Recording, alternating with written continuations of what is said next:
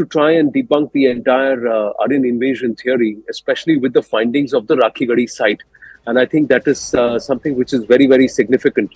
Joining us now is Vachan Chinderi, the former Vice Chancellor of the Deccan University, and a very, very renowned archaeologist who was in charge of the entire Rakhigarhi site between 2010 and 2017, if my memory serves me right. Abhijit Zog, who's written a lot, an author himself, an ad man, but who's dived deep into history, and whose book's foreword, I think, has been written by Vasant Chindeji. And Dr. Anand Ranganathan, who's been talking about the civilizational ethos of Bharat from a scientist's perspective and about the rising consciousness. But here today, what we will talk about is the third phase and the sudden findings that have now unearthed, which say that the Harappan civilization dates back to nearly 7,000 years ago. And it was such an advanced civilization that most of the knowledge systems or understanding that we have of the current day, they had at that time. How important is this? And does this now debunk the entire Aryan invasion theory? That a lot of our knowledge, our learnings were something which was brought by invaders who settled here and educated the local illiterate masses. That is the leftist narrative or the Distorian narrative, as some experts would call it. Your thoughts, Vasanji? Yeah, thank you very much for inviting me here. And it's such a pleasure to be, with Anandji and Abhijitji on this panel. First, let me tell you that the recent news is not a new. It's not a new news as such. We have been excavating in this area for last 10 years or more than 10 years. And, earlier also, we got the dates, and it is not only 7,000, it's going back to 8,000 years ago. So we have the misunderstanding among the people is that the entire, from 8,000 to maybe, 3,500 years, entire phase was the developed phase of the Harappan culture. That is not true, in fact. So one of the objectives of my research at Rakhigarhi was to understand the transformation from the very modest beginning till the urbanization. And the modest beginning of the Harappan culture is going back to 6,000 BCE, which is almost 8,000 years ago. So from 6,000 BCE to almost 2,600 BCE, this is the early phase of the Harappan culture. And then we can see the excavation that I carried out clearly demonstrated a gradual transformation from the modest beginning till urbanization in this particular phase. And then comes the most advanced or most prosperous phase of the Harappan culture. That is called the Harappan civilization, and that is from 2600 BCE to 1900 BCE. So this is a very, very important phase. And then, of course, because of some certain reasons, there is a decline of the Harappan culture at maybe around 1900 BC. And the main cause for that, of course, was the climatic conditions. The climate became dry, and we have generated a lot of scientific data in this particular respect on the climatic conditions. And it was a global phenomena. So most of the major civilizations collapsed at the same time. But this particular culture, after the decline also, has continued till 1500 in some places, 1300 in some places BCE. So this is the total length of the Harappan culture. So when the Archaeological Survey of India carried out the excavation at the site of Haryana in 2002-2003, that time they got very early dates for the beginning of the Harappan culture. And then, of course, initially there were a lot of criticism, particularly from the scholars from the West and the Americans, because they were not really able to digest these early dates for the Harappan culture. So they started, making, a lot of hue and cry, saying that, maybe you have got, a solitary date from one site. Maybe there is some contamination happening there. See, this type of question was never asked, when they got early dates, at the site of Mehergarh, because that site was excavated by, the French scholar. That time, everybody accepted the dates, but we did not take that as some kind of negative for us. So we took that challenge, and then we excavated nearly half a dozen sites in that region, and all the sites, Farmana, site which I excavated before Rakhigarhi, then the site of Mitatal, and Ojiana, etc. These are sites which are produced very early dates. And finally, we could prove that the beginning of the Harappan culture is going back to almost 6000 BCE, and that was confirmed finally at the site of Rakhigarhi. So we know that this is the beginning is quite early, and we never say that. I never say that people, the origin of the culture happened here, and people have moved to Indus Valley, because there might be some early sites in that region also which have not been excavated, or they have not been able to tap the sites. But this is the scenario which is really happening in this region. So that was one objective of my research in this particular region. Secondly, as far as the site of Rakhigarhi is concerned, number of scholars had worked earlier, but nobody had given a proper estimate about the total area of the site of Rakhigarhi. There were different estimates, but nobody tried to understand what is the area that was occupied. And then when I started in 2010, so 2010 to 2012, I spent time in calculating the site by using the latest geophysical instruments. And at the end of the study, I was so surprised, because the total area that we calculated was 550 hectares, which is almost double the size of Mohenjo-daro, which was supposed to be the largest Harappan city. So now we know that this is the largest Harappan city, and we also have got quite good understanding about the transformation in the material culture, in the structure from the beginning till the most prosperous phase. And the last question that we asked, which was asked by many scholars before also, that who are the Harappan people, whether they are indigenous people or they came from outside. A lot of Europeans particularly, they thought that the Mesopotamians came here and they established the Harappan culture, which was very absurd. But we had no scientific data to challenge this hypothesis. So what we decided that if you want to understand about the people, the best way is to get the DNA, and that is the clinching evidence which will prove or disprove in fact our hypothesis. So scientifically now we have proved that there is no Aryan invasion at all. The division this Aryan and Dravidian was artificially created by the maybe colonial rulers. In fact, there is no substance in that. And thirdly, that the distinct South Asian genes started happening, started muting around 12,000 years ago. The same genes came, in fact, in the Harappan people, and the same genes, we are inheriting, in fact. And we tested the modern population. We chose different regions, in fact, from Andaman, Nicobar to Kashmir, and from Afghanistan to whole of India. And surprisingly, we found that most of us, no matter what religion we follow, what language we follow, most of us are the descendants of the Harappans. We are inheriting something like 25 to 30% Harappan genes, and the rest are all mixed, in fact. So right from the early stage, there was a lot of movement happening among the people. And because of that, mixing was also happening. So we have maybe 2% Iranian genes, maybe 4% maybe African genes, 3% maybe European genes. So like that. So what is important here that that there is no breakage in the genetic history of South Asia at all. Suppose the Aryans had come from outside, then two things would have happened. One is that there could have been a discontinuity or breakage in the genetic history of South Asia, which has never happened. And secondly, when people come from outside, they would have brought the new cultural elements in South Asia, which has not happened. In fact, there's a continuity in the material culture for last 10,000 years. And I always say that the Harappans are the founders of the Indian culture, because most of the knowledge system, most of the tradition that they introduce, that is being inherited by people even today.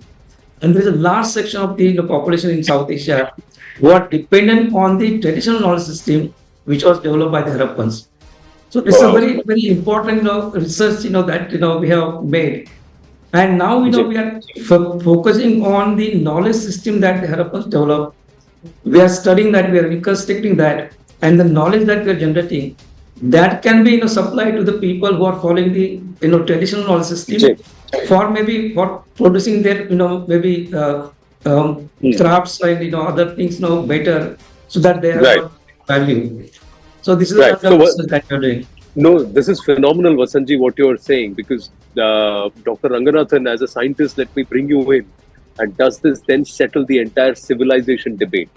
And the other question that then begets is, why is it that the counter has to always be scientifically proven, whereas the claims made by the historians are always arbitrary and figment of people's imagination, which they believe to be true, and then that tends to become gospel. Say arbitrary says that when they formulated this hypothesis that the Aryans came from outside, absolutely there was no scientific evidence for that. They have not cited any convincing evidence for this particular hypothesis. And this was a ploy of the Britishers because they always wanted to divide our society so that they can rule properly here. That was the objective of these people. And therefore, they narrate, this, started this particular narrative that, you people are not capable of, maybe doing any kind of, good work. Vasanji, just taking this to Dr. Ranganathan and Abhijit Joe, just for their comments. But Dr. Sure. Ranganathan, if the Britishers started this, why is it that it was continued post our independence and the leftist historians succumbed to this narrative? And why did they tend to push that over and above scientific evidence? Anandji. Good evening, Anand, and good evening to my fellow panelists. Can I just say at the beginning what an honor it is to be sharing the panel with Professor Shinde. He may or may not get the Bharat Ratna, but he is a Kohinoor for us. I want you and everyone else in India to know that. So thank you so much. Thank you, sir. Really, Shinde, compliment for you. I want to answer your question in three ways. The first is, of course, directly, when you say that why is it that even though Max Muller and others would have spread this canard that Aryans came and taught us everything, they brought everything, including the culture, and they taught us everything. Why is it that even post-independence, this canard not only grew, but it was fructified by our historians, leftist historians, and our textbooks?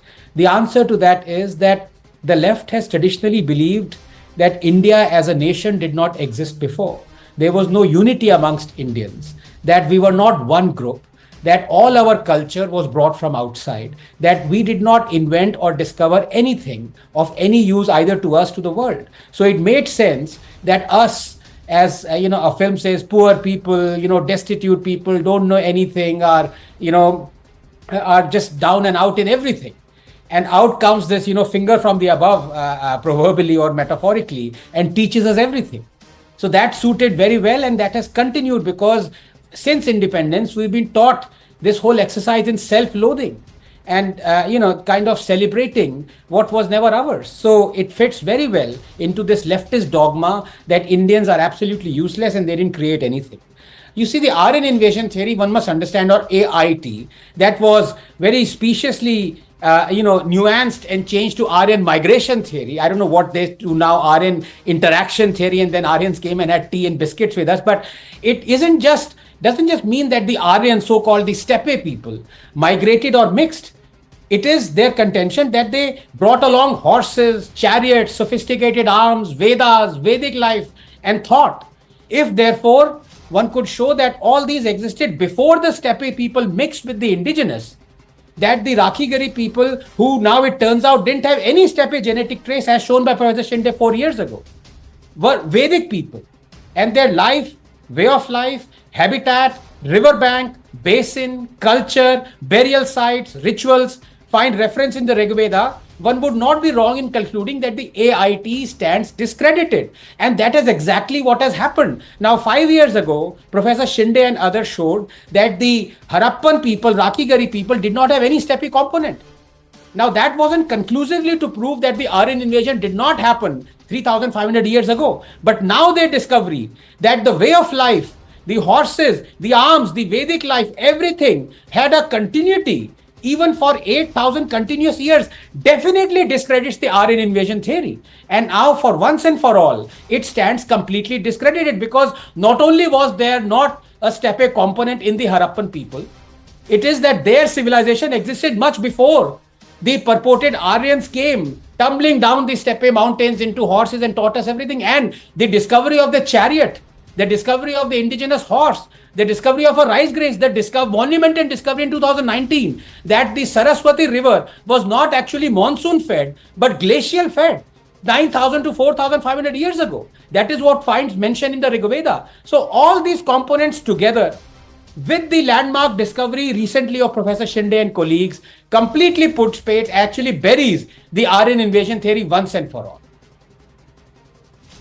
Then Abhijit joke, before I go back to Professor Shinde, then all those historians who garnered so much of credibility by pushing this AIT should now LIT their theories and their thesis. Actually, and those textbooks should be junk outright. Anand, it's great to be back on your show, and I share Anand Ranganathan's feelings that it's really an honor to be on the same show as Dr. Shinde and also Anand Ranganathan. So I consider myself privileged. I will not venture into the scientific part of it because both Dr. Shinde and Anand Ranganathan are the experts in that. But I would like to just share with the viewers that how actually this Aryan invasion theory originated. From where did it come? So you will be surprised that before the British came to India, there was nothing like Aryan invasion or Aryan migration or anything like that. Aryans were always considered to be original inhabitants of India, and that is how our scriptures also spoke about. But when the British East India Company came to India and started trading, many Britishers came to India, people like Warren Hastings, William Jones, who were very much interested in culture, language, and various aspects of Indian civilization. And they were completely taken aback by what they saw, because the richness and the glory of ancient Indian civilization really impressed them, and they realized that there is a great similarity between Sanskrit and various European languages. And Max Muller, who was the proponent of Aryan invasion theory, he himself has gone on record saying that we knew that there is some similarity among the European languages, but we didn't understand what kind of similarity it was. And we realized that only when we came to India and we learned Sanskrit, because through Sanskrit, all these languages are connected to each other. So they had a great, there was a wave of love and respect for Indian civilization, not only in UK, but in the entire European continent. And all this was okay as long as their target was only trading. But when they won the War of Plassey in 1757, they realized that they are now here for a long time, and India is going to be the part of British Empire.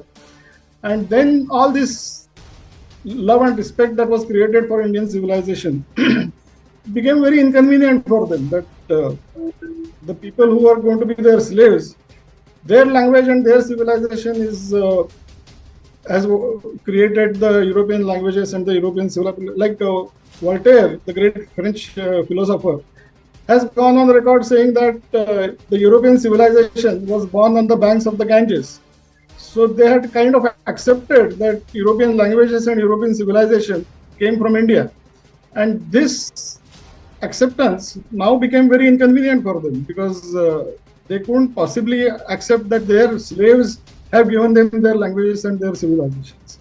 So to wriggle out of this situation, they created this completely fake theory called as Aryan invasion theory. They said that white people from the southern part of Russia, they came to India on horses and chariots, and then they defeated. I mean, they didn't even know that Indus Valley civilization existed at that time, because this particular theory was put forth somewhere around 1830, when the Indus Valley civilization was not even discovered.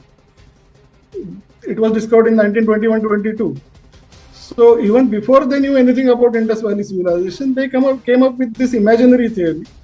And Max Muller, who claimed that Aryans came in 1500 BCE, later on himself admitted that the date given by him was completely imaginary. He had no evidence for supporting this particular date. What this genetic evidence has done is that it has debunked one more theory that the IVC people or Sindhu Saraswati civilization people were Sumerians. That is the theory which the Westerners tried to put forth. That has completely been debunked. Professor Shinde, then does that mean that we can categorically say that the civilizational ethos that we talk about, the civilization that we talk about, is not borrowed, is of our own, and the fact that the Rakhigarhi, site is in Haryana of today means that this is in the heart of Bharat itself. Even that is not borrowed or in some other foreign land of today. We are the oldest civilization, and it is our civilization ethos that continues, the same knowledge systems that continue till today, because you said 40% of our DNA is still Harappan. Yes. Yeah, I think it is very important, Anand, to understand that we do not have only the genetic evidence. That is very important, of course. But we also have, as Abhijit has mentioned, that we have also very strong archaeological evidence to show the continuity for 10,000 years. And also our literature is so strong. It shows, it also mentions the continuity till today. So there is a continuity, and this research, based on archaeological and genetic, evidence, clearly establishes the fact that the beginning of agriculture happened in this region by the indigenous people. These same people were responsible for developing the Harappan culture, and from Harappan culture to Harappan civilization. So it is a 100% indigenous, civilization, no doubt about that. Secondly, Anand also has mentioned about the other evidences like horse and etc. But let me tell you that we also have a horse, in the form of actual horse bones from the site of Surkodara. And also we have some terracotta figurines from Lothal and Mohenjo-daro. Typical Harappan, this horse figurines are found. So we have that in fact. Then there is a strong evidence about the fire worship at the site of Kalibanga, even Rakhigarhi. So there are a lot of continuity in this particular aspect also. Secondly, if at all somebody believes that they were Aryans, then my hypothesis, my conclusion is that it is we who are the Aryans. Because we started AIT has been rejected now, and we are proposing OIT now. We started going out based on the scientific evidence again, because we analyzed the data from the contemporary sites in Iran, Shari-Shokta, and also one site in Gonur in Turkmenistan. Both the sites were contemporary to the Harappans. And the Harappans have very strong links with this region, because the excavations carried out there clearly indicated or clearly revealed the Harappan data in that region.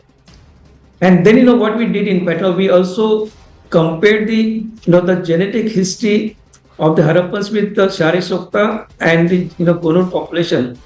And surprisingly, what we found that we found Harappan elements present in them, but not their elements present in the Harappan population.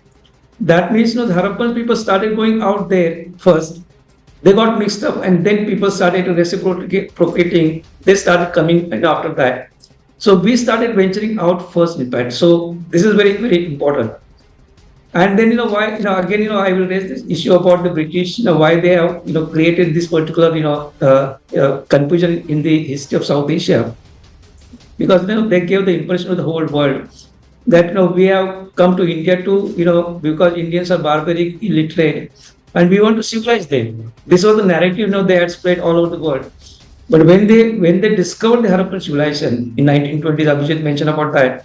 Then they were surprised, because we had such an advanced civilization. Even Europe did not have, leave apart England, but Europe did not have such an advanced civilization. Then they had a great question, how to explain now to the world that we have come to civilize these people, because these people were already civilized much more than us. And then they say that okay, yes, you have the evidence, but the people who made this are not Indians; they came from outside. So that is how they started fostering the idea about the Aryan invasion, etc. very strongly. And most of the elements, most of the cultural traditions that which were introduced by the Harappas, they have continued today. So also the language also. So this is my hypothesis, and we are working on that. So I think, through this research, we can certainly, shed a lot of, light on the origin and the development of this Harappan culture, which is our own culture. I call this as the Indian culture because, Right. it is the base of the Indian culture. And Haryana is the cradle of the, Indian civilization. Most of the early developments Right. happened there. And then, it is, spreading in different parts of the world. Sir बड़े प्यार से बताया लेकिन बहुत सही बताया कि it is not Aryan invasion but it is Harappan intelligence and that too Indian, very very Indian. Anand Ranganathan ji, last word. I have to wind up after that. No, absolutely. Very quickly, because both Professor Shinde and Abhijit have explained everything beautifully. I just wanted to add something that through the landmark discovery, I think it's soon to be published, of my good friend Neeraj Rai and colleague of Professor Shinde. Now, this R1A1 haplogroup supposed to be an Aryan haplogroup that came to India. Now, he said that actually the origin of R1A1 is in India, because maximum diversity is in India. So, once that thing comes, that would be the last nail in the coffin. But I want to say something to the leftist quacks, who've destroyed science in this country for the last 100 years by peddling such theories. They don't understand that science doesn't care for the origin of a culture, of imbibing a culture. I mean, I would be proud I consider myself, Anand, as a proud Ethiopian. I'm a descendant of Lucy. For me, what matters is that we are a bunch of cells. We all originated from the single unicellular cell. We've come here. We are creations of chance, of, something that happened 4.5 billion years ago. So for people to say that, look, you must imbibe this culture, you've been, thrust this culture upon you, it's completely wrong. Science doesn't accept this at all. Any culture, had it been African or Native American or Australian or Aboriginal, I would be a proud recipient of such culture. This is what population genetics, the new field, has told these leftists. I hope they learn this lesson. Very well said. Different perspectives, very scientific, not political, not claims, not quackery, but proper science and theory. Theorizing what science is and dispelling all these norms. We have to unlearn a lot of our history that's been fed to us, and we have to relearn a lot of our own knowledge systems that have been continuing with us and have been all around us. We've just not seen it. Professor Shinde, Dr. Ranganathan, and Abhijit Jogdi, thank you so much. Such a wonderful conversation. Thank you. Look forward to many more. Thank you very much. Thank you very much. Thank you, sir. Aabhar. Thank you, sir. Namaste. Hello, Moto.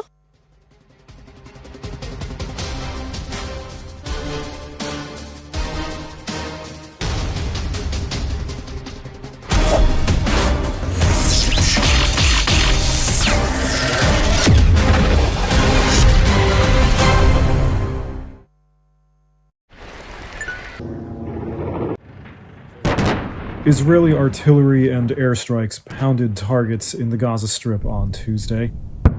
Its military operations intensified around Christmas, particularly in the central part of Gaza.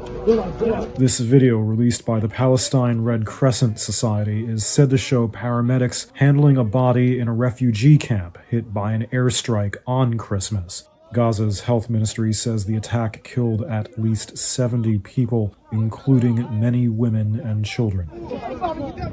In the city of Rafah, a mass grave was made for about 80 bodies said to have been found and turned over by Israeli forces. Israeli forces say they're doing what they can to protect civilians in the war it says is aimed at eradicating the Hamas militant group, which hides among civilians.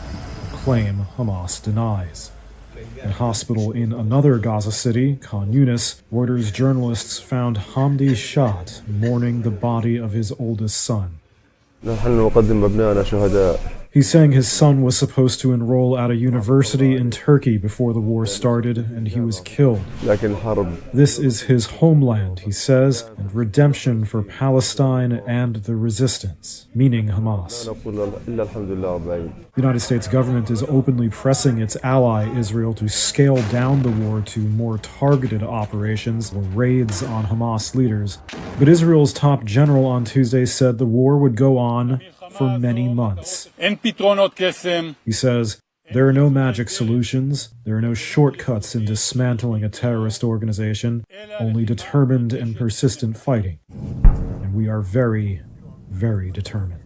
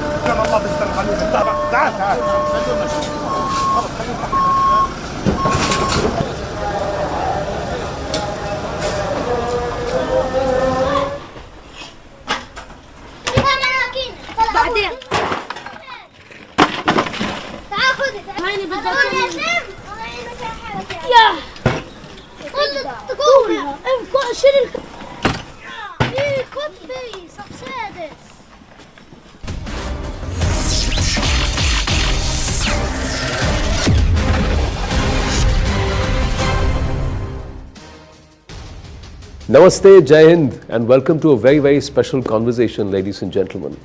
Who am I is a question that every human being passes through their minds sometime or the other. The other aspect is, how can I rise to a higher level of consciousness?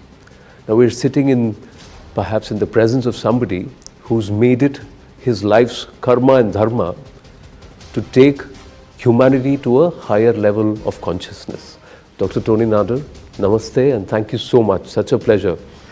Namaste, great to be with you. Thank you for having me. I hope the introduction has been apt, because it's such a long list that if I were to start introducing the work that you've done as a scientist and also as a spiritual leader, I will perhaps use a bulk of the interview time. So let me first ask you, sir, transcendental meditation, is it science or is it spirituality? It is both, in the sense that it makes spirituality a science. The ability to use the mind and consciousness and show that they influence our behavior, our health, our well-being in a scientific way makes it a science. What is a science is what is reliable, systematic, and repeatable. Transcendental meditation is a very systematic, simple technique that even children can learn, and it is taught in a very systematic way. It is reliable because every time we use it, we have the results, and it's repeatable, so you don't have the result just once, but throughout the time it has been shown to produce the effects that it does, and that has been proven with hundreds of scientific research studies that have been peer-reviewed and published in scientific journals. You're a neuroscientist yourself. So when you came in contact with Maharishi Mahesh Yogi, and he was bringing the concept of Vedic scriptures and the science of the Vedas to the West, were you a skeptic? Did you first look at it and say, really? I was a skeptic. I have to be a skeptic as a scientist, because if you don't ask questions, that means you are in a belief system. And this system is not a belief system. You don't have to believe in it for it to work. And so when I looked at the research studies, and particularly when I tried it myself and have seen the effects on my friends and family and others, I found that it is so reliable that the skepticism went away and assuredness of the results came along. So when did you dive into the science of it? Because it's been many, many years, and since 2008 you've been leading the entire transcendental meditation drive right through the world. So at what point did you really realize that humanity needs to understand that this is not bumkum, there is some science behind it? Well, the science of it came in layers, in ways. At the beginning, just the effectiveness of the technique, that it actually does what it promises. And this I've looked at even before I started, because I didn't want to spend time on something that wastes my time. So I looked at the research, studied it, and found that it's convincing, so I tried it myself. Now, another layer of that is the understanding that comes from the Vedic literature, from Vedanta, from the primacy of consciousness, and that is a higher level where it's no more the understanding of some technique that works, but also what is the ultimate reality of life, how consciousness plays in, what is spirituality, and all of this required much more convincing and congruent, if you like, levels of scientific understanding, even philosophical considerations. And that is where I went deeply into consciousness and its effects from a scientific point of view. This quest for a higher consciousness, this seems to be driving a lot of people somewhere or the other. Some of them are conscious about this quest, some of them are not. What you endeavor to do in Hyderabad is something phenomenal. 10,000 people from, 120 countries? Yeah. Or is it more? Actually, today I was told we have 134 countries. Wow. So people got inspired and more are coming and joining. They're coming on their own? Yeah, they are on their own. And what do you endeavor to do in Hyderabad? We endeavor to actually practice transcendental meditation and its advanced techniques, which we call the Siddhi program. Siddhi is the term from Sanskrit that means perfection, and that is perfection in thought. It comes from the Yoga Sutras of Patanjali, and Maharishi has demonstrated and explained how it works. So he brought to light the technology of consciousness. Transcending is to go beyond the surface level. Suppose the mind or consciousness is like an ocean, and we are on the surface level, on the waves level. To dive deep into the ocean is to transcend the surface values and go to the bottom of the ocean and actually realize that we are the ocean. That's the discovery of the self. The advanced techniques of that, which is called the Siddhi program, is how to think from that level and how actually to create an effect on the surface from the bottom of the ocean. So what these 10,000 people from 134 countries are going to do is transcend and experience that field and act from that field. Act meaning on the thought level, enliven that field of consciousness.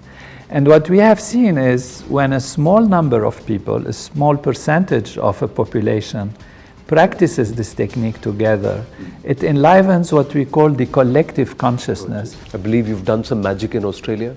They've named an act after what you've taught them. Is that true? I'm not aware, maybe you remind me.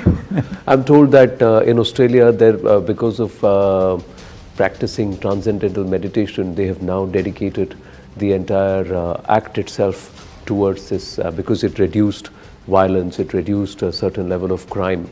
But you said that even accidents, even rash driving, what does it scientifically do? Because you're a neuroscientist.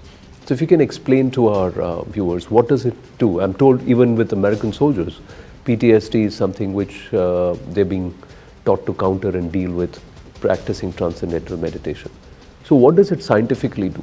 So there is an effect on the individual, and that is very clear what it does. It creates greater brain coherence. So the brain is made out of many processors, each one analyzing different aspects of our life. So it's a computer in itself. Right, exactly. One for seeing, one for hearing, one for touching, one for feeling, one for intuition, calculating, experiencing, creative thinking. All of these are different parts of the brain. And if they work together, it means they analyze the situation in a much more complete way. And that's why we have seen that people who practice transcendental meditation on an individual level, they have more creativity, more intelligence, more ability to be happy and fulfilled and achieve their goals in life. Now, the way it does it is, again, by transcending, which means going deeper in the ocean of the mind. And as you go deeper in the ocean, like the ocean, the mind settles down. And when it settles down, it becomes more and more quiet. Since mind and body are intimately connected, when the mind settles down, the body also rests very deeply. That deep rest allows the body to release the deep-rooted stresses and strains that are there and wipes away wrong memories. And this is how it helps in PTSD, it helps in anxiety, depression, but also improves health at the physical level because the body gets more integrated and starts functioning in a more complete way. So this is on the individual level, greater brain coherence, the brain works together, and that creates an effect on the individual. Now, there is a new science called the collective neuroscience, yes, which in recent years, even just these past 2-3 years, have shown that when two people are together and thinking along the same line or even discussing a topic, that their brains get coherent, which means not only within one brain there is coherence, but between my brain and the brain of the person like your brain now, probably because we're thinking together, there is some kind of coherence that settles in. True.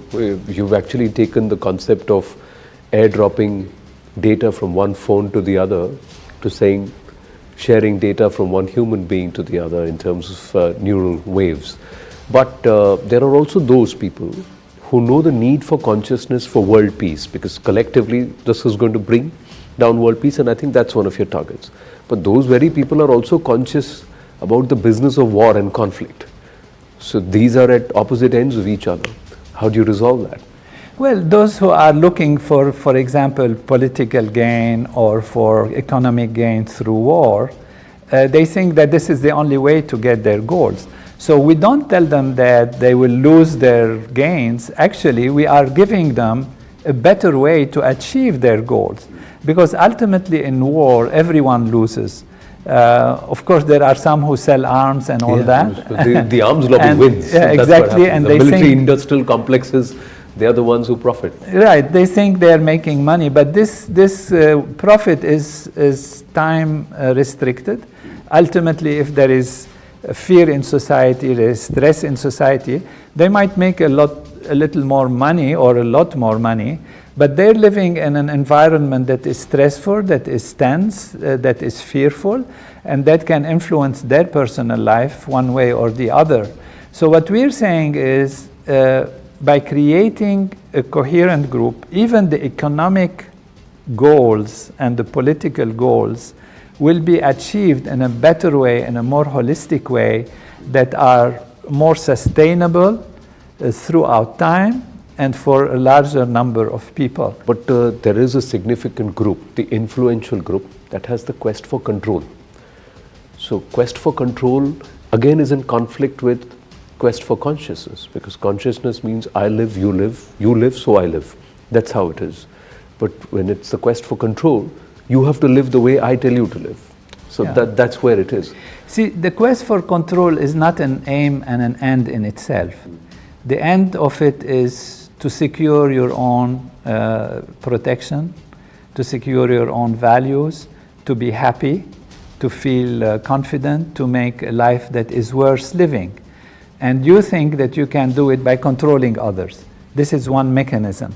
So when I control, I can do whatever I want, therefore I'll be happy, and my values and my wealth and my well-being are protected.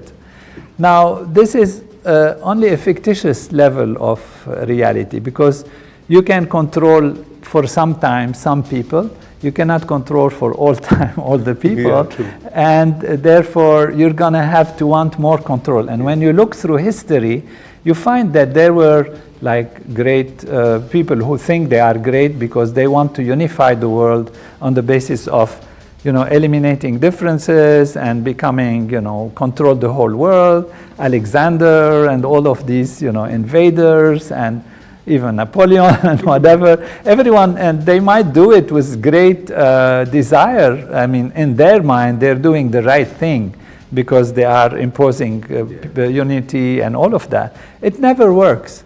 It never works because life is always growing, is always demonstrating differences and variety, and new qualities are emerging all the time in evolution.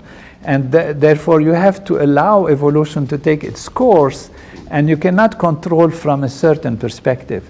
So what you can do is nourish the value of life, of consciousness that underlies all of the differences in life, and allow the differences to grow, and let all the values interact together to produce a much higher and richer level of life. You've chosen Hyderabad for this massive exercise. Why? First, this knowledge that we have about the technology of transcending comes from Bharat. It comes from the Vedic tradition. It has been taught in the West by Indian Bharati, great Rishi, Maharishi Mahesh Yogi. And we have been teaching a lot in India. We have taught a lot in the West at the beginning, but it has now come back also to India as a science of life. And India is open to science now, as much as to spirituality. Of course, it was based on the highest spirituality. But now that spirituality is also scientific, then there is an openness to that. And so it's an opportunity to create this effect from the land of the Veda, from the land from which it emerged, and particularly because our great hope is that this will become permanent, that it's not going to be just a demonstration.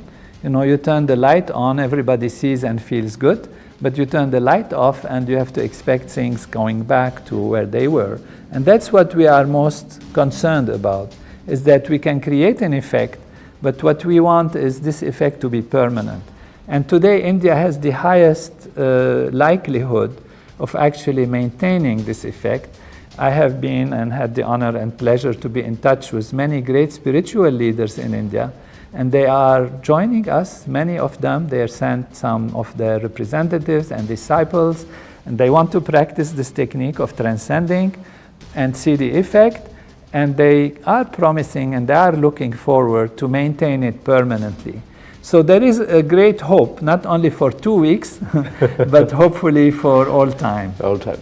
Do you see Bharat as a nation rising in consciousness? We are a nation of 1.4 billion people, so out of an 8 billion population, a 1.4 billion would rise in consciousness. It'll have a spillover effect on the rest of the world. But do you see that happening? You've been watching and you've been coming to Bharat for quite some time, many years now. I see it happening very strongly, absolutely. Why do you say that? Because of the number of people who are more and more practicing transcendental meditation, and the role Bharat is playing now in the world, which is very pacifying, very harmonious, very balanced, very coherent, very wise, and it has the knowledge of consciousness, which the whole world is adapting now. You know, you go in the West now, you don't see anyone who doesn't talk about meditation and yoga and Ayurveda. And so, as is beautifully said in India, Satyameva Jayate, and therefore Sattva is triumphing. And since India has those beautiful concepts of Vasudhaiva Kutumbakam, the world is my family, that consciousness is primary, the Vedantic understanding, and the openness to all culture, all belief, just looking at the ocean and, you know, making sure all the waves are healthy, no matter how many different ways they are. India is absolutely a fabulous place, Bharat. Ram, Shiva, Shakti, Krishna, these are household names across the length and breadth of the country. Many people say these are all myths, you know, story, folk tale. But would you believe there is a reason why only these names are household names? Well, I have learned from Rishi Mahesh Yogi these names in terms of their natural law function and their reality. For example, Maharishi explains Shiva as silence, pure silence. Explains Vishnu as dynamism, infinite dynamism. Shakti is the energy, the power. So these are different names that have been given to different manifestations of consciousness. The one consciousness, one unbounded ocean of being, one unbounded ocean of consciousness, manifests itself into all that there is. And there is a manifestation at the deepest level. One is silence, total silence. So we call it Shiva. One is its dynamism, its ability to move, its ability to reflect and dynamically create. That is maintenance value, dynamism of Vishnu. The creative value, Brahma. So you have these values that are actually laws of nature that are fundamental, and then you have more and more expressed values, more and more expressed values. The potencies. Exactly, but all are actually one. When I look at Hinduism and the Indian culture and Vedic culture, people say it's a polytheist kind of belief system and cultural system, which is true in some way, of course, but ultimately for me it is completely based on one consciousness, one field of being. And Krishna says it beautifully in the Bhagavad Gita that all the offerings that you do to the gods and to do this, it is offering to me. So there is that one reality which underlies all the differences. The beauty though is that everything is divine in India because everything is the expression of natural law. Everything is expression of one consciousness. So there is one consciousness that expresses itself into multitudes of levels. And so in that way, everything is divine. Everything is an expression of the divine.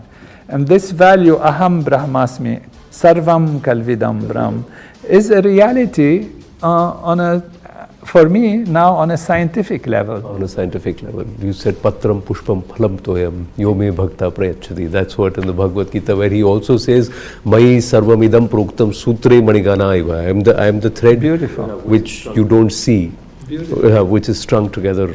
So coming to the last 2 or 3 questions, what should India do? What should every Bharatiya do? Is transcendental meditation, should it be taught in schools? I know a lot of schools are teaching it, but should it be taught scientifically? Because the current generation does not want to just say breathe in, breathe out. They want to know, why should I breathe in and why should I breathe out? What's it going to do to my space between the ears? You think it should be made a subject? It should be part of the educational curriculum? Maharishi said, and now scientifically also we can say that every young person should start by learning how to know themselves, and know themselves to be their true inner Brahman, Brahmasmi, Aham Brahmasmi. And by knowing that, then they are establishing themselves on a platform of knowing themselves and knowing how to behave from that infinite field of creativity and intelligence which is within them, rather than knowing themselves as limited perspective. You know, people as they come to school and they come to life, they are told things. You are your name, this is your value, this is this, and then you are good at this, you're not good at that, you are this, you are that, and they form a sense of the self which is very restricted, very limited. And that limits their potentiality and limits their ability to see wholeness. If they are from the beginning knowing themselves to be infinite, unbounded, unlimited, pure being, pure consciousness, then the other aspects build up on a platform of wholeness, and their behavior towards the others, their creativity, their assuredness, their self-understanding, their self-love is growing, and they live an enlightened, a liberated life. Is PM Narendra Modi driving Bharat in the right direction? I love what he's doing, of course, yes. I'm not in politics, but not the political aspect. Yeah, I'm just saying as a nation building. I admire the direction that Modi ji is taking, because he's open, he's scientific in many ways. He has been inspiring for the whole world to be together, Vasudhaiva Kutumbakam, and to use that perfect, beautiful knowledge as a science. You know, I have had discussions with great even imams in India, and they are open to the Veda as science, as a science of life. One of the conflicts is, like you said, accepting it as a science. So if I have to sit, just like before the interview, you were just focusing internally. I know you've had a long day before chatting with me. I also do it. So when I have to breathe in and breathe out, I will not chant Om because it's Hindu. So what should I chant? So, you know, these are questions which come. You are making me chant Om because you want to wean me away from my current faith, and you want me to become a Hindu. So what should such people do? What should they focus on when they have to really start? The first step is to get your breathing right. I'm saying the first baby step towards transcendental meditation, and that's where the biggest hurdle is, saying who do I think about and what should I think about? Well, there are different layers in yoga. You know, the Ashtanga yoga, there are the 8 limbs, and the 8 limbs have been assumed to be steps in progression. So yam, niyam, asanas, pranayam, pratyahara, dharana, dhyan, samadhi, and it was felt like you have to start here and then build up and then build up, and then even the breathing and all of that. What Maharishi has taught us is that the 8 are like limbs that grow together. So if you have 4 legs of a table or a chair, you pull one and all of them come together along. So why not go to the highest, to samadhi? And so that is why the first thing we teach and we inspire to teach is to transcend. Transcend is go to samadhi. Samadhi, the evenness of the mind, the evenness of the intellect, which is the field of going beyond the surface value. And that is not requiring any belief in anything, or even the mantras that we use, they have no meaning. We teach them as completely meaningless, and it's important that we don't even actually have a mantra that has a meaning in order to be able to transcend it.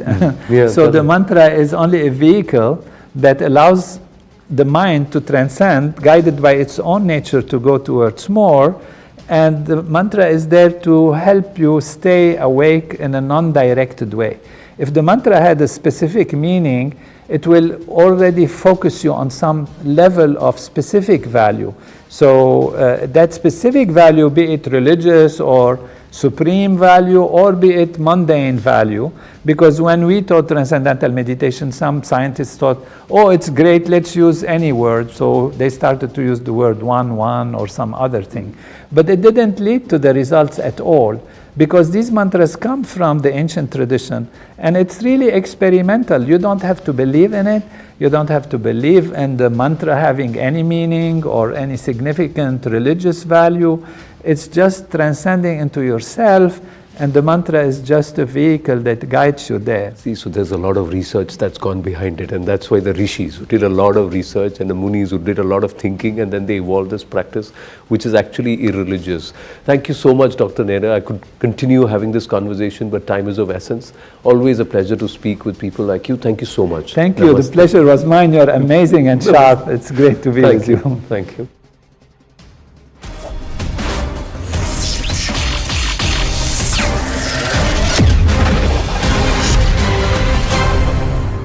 Co-presented by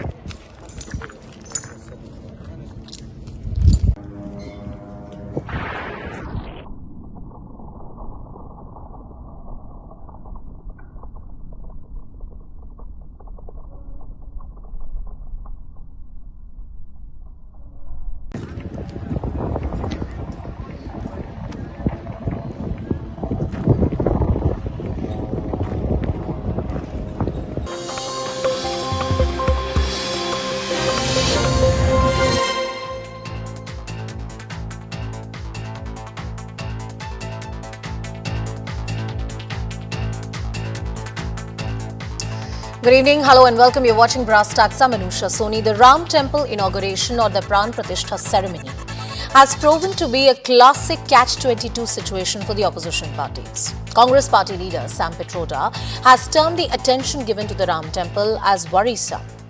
The left parties have accused the BJP of using public exchequer money for religious purposes. TMC has given feelers that it might skip the ceremony, while the SP leader has called January 2022 or the event which is coming in on the 22nd of January as the Black Day.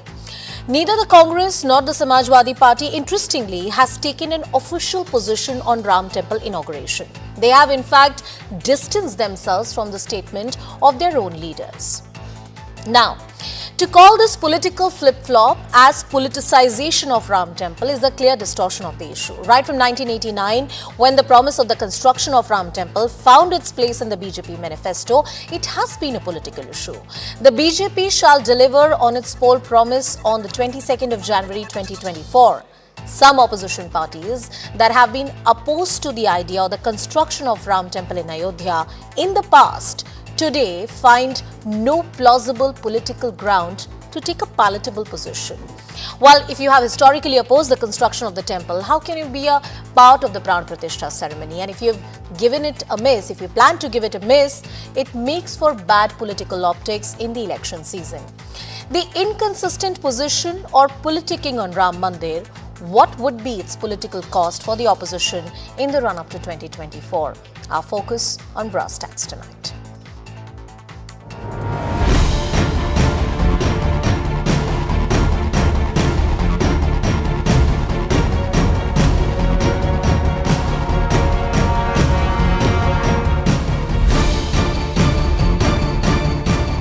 I'm worried about it because I see too much importance given to religion.